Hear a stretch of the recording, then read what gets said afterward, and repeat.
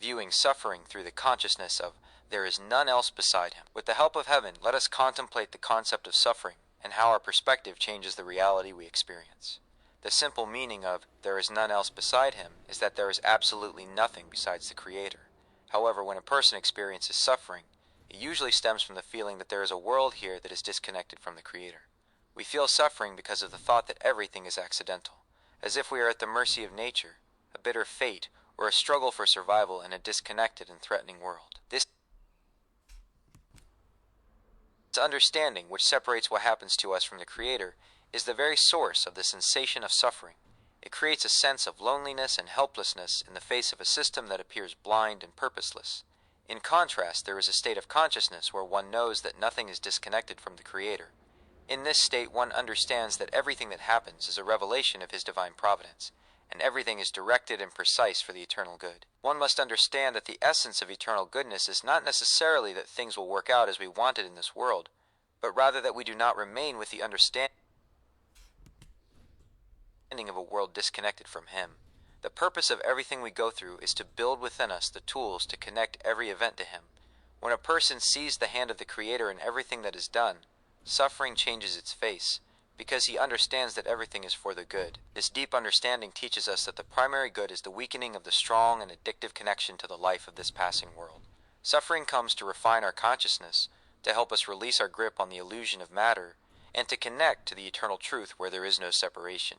As the connection to the passing world weakens, the vision that there is none else beside Him strengthens.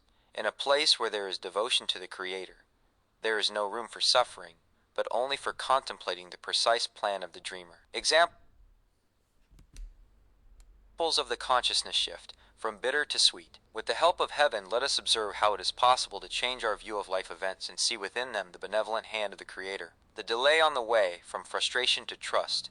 A person is rushing to an important meeting or event, and suddenly there is an unexpected delay on the road or a vehicle malfunction. The initial reaction is a sense of suffering,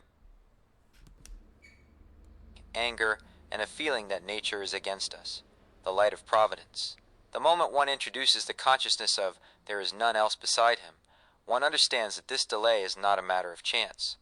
Perhaps the Creator is preventing us from an undesirable encounter. Perhaps He is saving us from greater harm further down the road.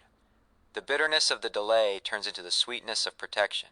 We stop fighting the screen and begin to rest in the knowledge that the dreamer is leading the way. Material loss, from anxiety to release. A person experiences a financial loss or the loss of an object dear to their heart.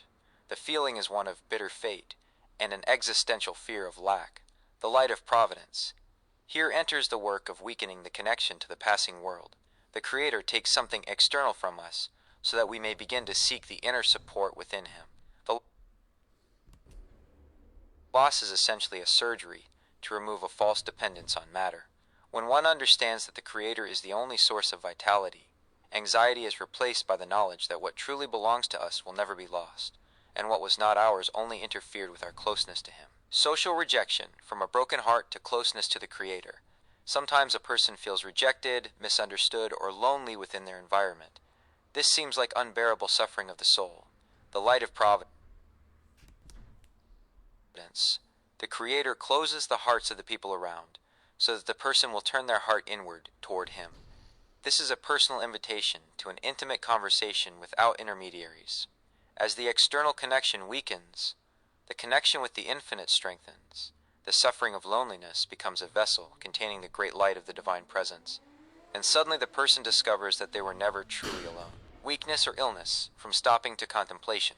When the body weakens and normal activity stops, a person feels they are wasting time, and that reality has been forced upon them. The light of providence, this stopping, is a rest for the mind, a gift from the Creator. It is a moment when the system shuts down the noisy external display to allow the consciousness to look within. The weakness of the body is the strength of the soul.